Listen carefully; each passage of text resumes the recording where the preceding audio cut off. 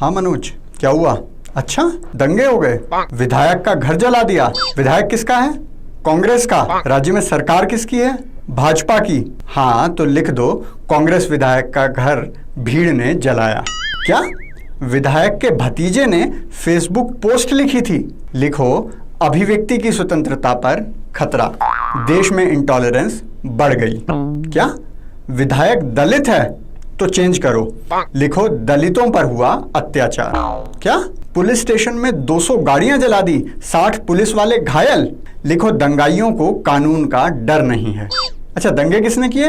अच्छा रुको, नहीं, दलित हटा दो, अभिव्यक्ति की स्वतंत्रता नहीं, कुछ नहीं चाहिए।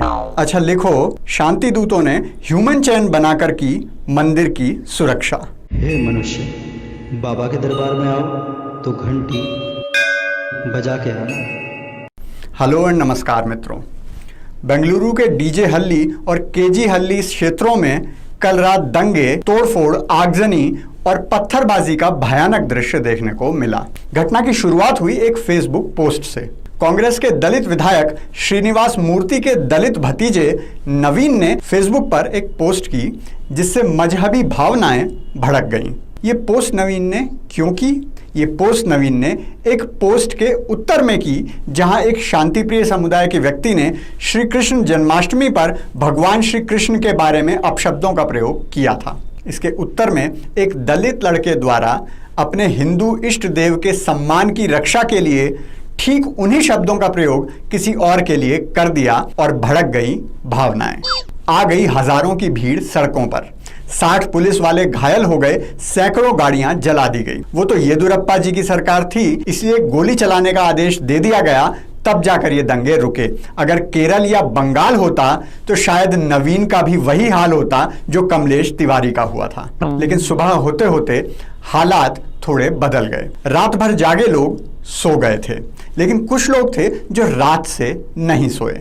वो थे दिल्ली में बैठे कुछ पत्रकार। खान मार्केट में बैठे विस्की पीते हुए वो ये सोचने में लगे थे कि सुबह जनता को क्या बताया जाए। पहले का समय होता तो ये समाचार ही ना दिखाते, गोबर से खाद बनाने की विधि टीवी पर दिखाते, या तैमूर ने दलिया खाया उसको बनाने की विधि। लेकिन ये सोशल मीडिया भी ना, रात भर में सारी वीडियो पब्लिक के व्हाट्सएप पर पहुंच गई। उन वीडियोस में टोपियां भी दिख रही थी और नारे भी सुनाई दे रहे थे। तब जाकर एक फोटो सामने आई जिसमें कुछ समुदाय विशेष के लोग एक मंदिर के सामने मानव श्रृंखला बनाकर खड़े हैं और कह रहे हैं कि जान भी चली जाए हम इस मंदिर को बचाएंगे। किससे बचाओगे? जैन मंदिर तोड़ रहे हैं, बौद्ध तोड़ रहे हैं या पारसी? किससे बचा रहे हो? इसकी वीडियो भी बनाकर साइमा, आरफा खानम शेरवानी, रवीश कुमार, राजदीप सरदेसाई और राना अयूब जैसों को भेज दी गई हैं ताकि वो राष्ट्रीय अंतर्राष्ट्रीय स्तर पर ये बता सकें कि सब बुरे नहीं हैं। इस वीडियो के अंत में ध्यान से सुनिए, सच सामने आ जाएगा।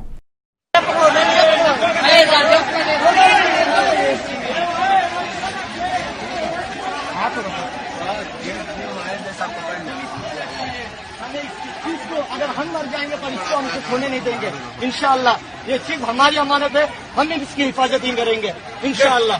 वीडियो अपलोड कर जल्दी। यहाँ पे सारा मुसलमान भाई मिलकर मंदिर की हिफाजत कर रहे हैं। कह रहे हैं जल्दी अपलोड कर। हाँ भाई, इसके बाद पुलिस स्टेशन जलाने भी तो जाना होगा। और ध्यान रहे, अगर मंदिर टूट भी जाता तो फैज खान अयोध्या के बाद अब फ्री हैं, यहां आ जाते और कहते कि मंदिर की पहली ईंट मैं रखूंगा। कोई कह रहा है 1000 लोग थे, कोई कह रहा है 10,000। लेकिन डरने की बात यह नहीं है कि सड़क पर कितने लोग थे, बल्कि यह है कि घरों में, इंटरनेट पर, दिल्ली में, न्यूयॉर्क में कितने लोग हैं जो इनको बेकसूर साबित करने के लिए लेख लिखेंगे, कोर्ट में केस लड़ेंगे, टीवी पर कार्यक्रम करके बताएंगे कि देश की असली समस्या ये नहीं, अर्थव्यवस्था की दर है। पाठ्यक्रम में हिंदी और संस्कृत को शामिल करना है, जेएनयू में शराब पीने की आज़ादी पर रोक लगाना है और जय श्री राम का नारा बोलना है। शशि थरूर और सिद्धारमैया जैसे कांग्रेस नेता उस दलित लड़के पर इसका आरोप लगाकर और राहुल गांधी और प्रियंका वाड्रा जैसे नेता कुछ ना कहकर दंगाइयों को बचाने का भरसक प्रयास कर रहे हैं। शशि थरूर ने जो ट्वीट किया है उसमें एक शब्द लिखा है हिंदू, हिंदू के साथ लिखा है ठग और गौरक्षक। दूसरी तरफ दूसरे संप्रदाय के लिए लिखा है एक समुदाय, नाम तक नहीं लिया समुदाय का, कहीं भावना आहत ना हो जाए। सिद्धारमैया जी थोड़े बड़े दिल वाले हैं। उन्होंने दोनों का नाम लिया है, हिंदू और मुस्लिम। कहा है दोनों शांति बनाए रखें।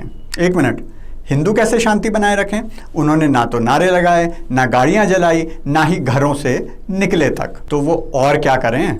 राहुल गांधी उसी जीडीपी पर ट्वीट कर रहे हैं जिसकी बात अभी मैंने की, और प्रियंका दीदी उत्तर प्रदेश में बिजली के मूल्य पर लिख रही हैं। यूपी से याद आया, यूपी विधानसभा के अंदर 2016 में कांग्रेस ने हरे बैकग्राउंड पर लिखकर ये बैनर लहराया था, कमलेश तिवारी को फांसी दो। क्या अब कांग्रेस विधायक के भतीजे दलित नवीन के लिए भी कांग्रेस फांसी की मांग करेगी? वैसे कर भी सकती है, कोई भरोसा नहीं है।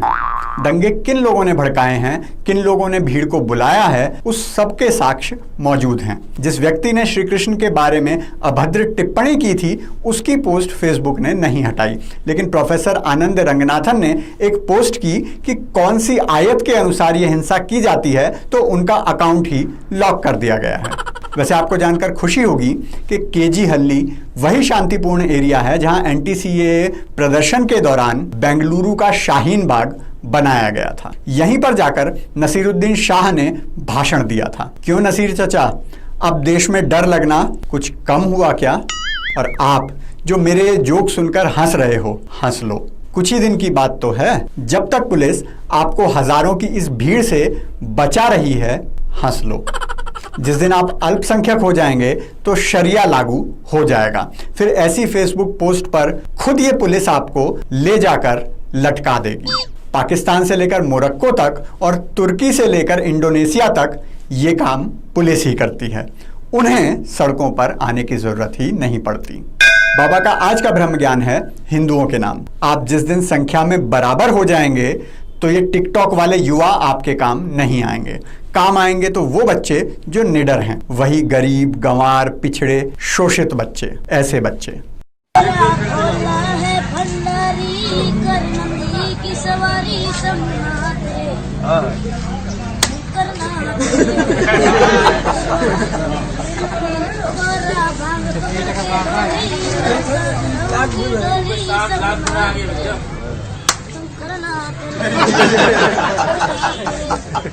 कलाकार है यार।